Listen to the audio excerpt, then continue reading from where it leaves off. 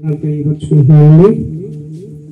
అలాగే దేవ సేవకులకు కూడా అందులో తెలియపరుచుకుంటున్నాను. 2024 సంవత్సరం మరి 2023 డిసెంబర్ 31 నైట్ మరి వాగ్దానం దేవుడు నాకు ఇచ్చాడు. 1వ దినవృత్తాంతంలో 22:13 నీవు వృద్ధి పొందేదవు, ధైర్యం తెచ్చుకొని బలముగా ఉండు, భయపడకు, దిగులు పడకు అన్నాడు. వృద్ధి పొందేదవు అంటే ఏ విషయాల్లోనో ఏమో అనుకున్నాను, కానీ దేవుడు ఈ సంవత్సరం అంతా కూడా ఆయన యొక్క మందిరాల్లో వాక్యాలు రాయటానికి నాకు ఎంతో సహాయపడుతూ వచ్చాడు. కుటుంబాన్ని పోషించుకునే విషయంలో ఏమాత్రం కూడా లోటు చేయలేదు దేవుడు. అలాగే ధైర్యంగా దిగులు పడకు ముందుకు వెళ్తున్నటువంటి సమయం మరి చివరి దినాల్లో మరి భయం కూడా ఒకటి ఏర్పడింది. ఈ వరదల కారణంగా మరి ఎవరు మిగులుతారో ఎవరు ఉంటారో కూడా తెలియనటువంటి పరిస్థితులు జరిగినాయి. 7 అడుగులు వచ్చినాయి. ఇక్కడికైతే వాటర్ ఇంటికి వచ్చే పరిస్థితులు లేవు. మరి ఒక పాట ఒకటి ఉంది, అదే ఆ రోజు అని. ఆ పాట ఆ టైంలో గుర్తొచ్చింది నాకు.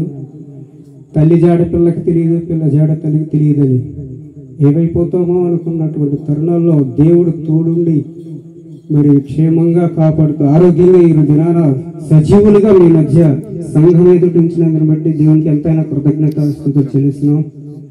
మరి నాతో పాటు ఉన్న వాళ్ళు కూడా మరి ఒక యేసుదాస్ అన్న పెద్ద ఆయన కొంచెం మరి ఎంతో ముందు వాళ్ళు కూడికి పెట్టామంటే ముందు ఆయనే వచ్చాడు అన్న. మరి అటువంటి అన్న కోసం నేను చాలా ప్రయత్నం చేశాను, చాలాసార్లు తిరిగి ఆ రూమ్ దగ్గర కూడా ఏదో వచ్చాడండి వెళ్ళాడండి అన్నారు, కానీ మరి పడ్డాడు, కొంచెం మతిస్థిమత వచ్చింది అన్నారు. తర్వాత కొందరైతే లేడన్నారు. మొన్న ఈ మధ్య పాతపేటలో ఉన్నాడని కూడా చెప్పారు. ఆయన కోసం ఇంకా ప్రయత్నం చేశాం కానీ ఆచూకీ దొరకలేదు. అటువంటి ఒక సహోదరుడిని దూరం అయ్యాడు. అలాగే మరి ఒక సహోదరుడు కూడా మీకు అందరికి కూడా తెలుసు, ప్రభుత్వాల ప్రోగ్రామ్. ఇప్పుడు కూడా నాకు ఫోను చేయాలనిపిస్తుంది. ఏది మనోడు ఉన్నాడు, ఫోన్ చేద్దాం అనిపిస్తుంది. తెరచూసి ఫోను మనిషి ఏం చేయాలి. ఇటువంటి ఏమో ఆయన దిగులు పడుతూ నువ్వు భయపడమాక, దిగులు పడమాక నేనున్నాను అనే ఆ వాగ్దానం ఆ రోజే ఇచ్చాడేమో అనిపించింది నాకైతే మాత్రం.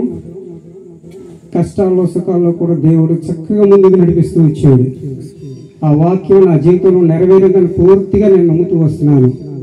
మరొక నూతన సంవత్సరంలో ప్రవేశిస్తున్నప్పుడు మరి ఏ వాగ్దానంతో నన్ను నూతన సంవత్సరంలో ప్రవేశపెడతాడో తెలియదు. అలాగే మరి కుటుంబంలో కూడా పిల్లల విషయంలో కూడా నాకు కొంత భయం కలిగింది. వారికి ముందుగా కావాల్సింది రక్షణ అని కోరి ప్రార్థన చేస్తున్నాం. సంఘం కూడా ప్రార్థన చేస్తుంది.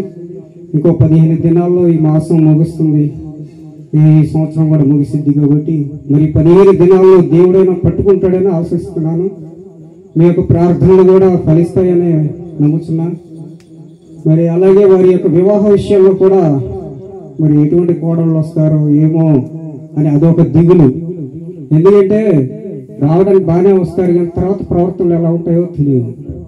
దేవుణ్ణి ఎరిగిన పిల్లలు వస్తే పర్వాలేదు. మరి ఆ విషయంలో కూడా దేవుణ్ణి ఎంతగానో ప్రార్థన చేస్తున్నాం.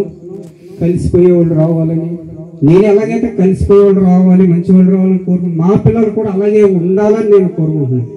ఎందుకంటే ఒక ఇంటికి ఇచ్చినప్పుడు మరి వాళ్ళు కూడా ఆలోచిస్తారు కదా, మా వాళ్ళు ఎలా ఉంటాడో, ఏ వ్యసనాలు ఉంటాయో అని వాళ్ళు ఆలోచిస్తారు.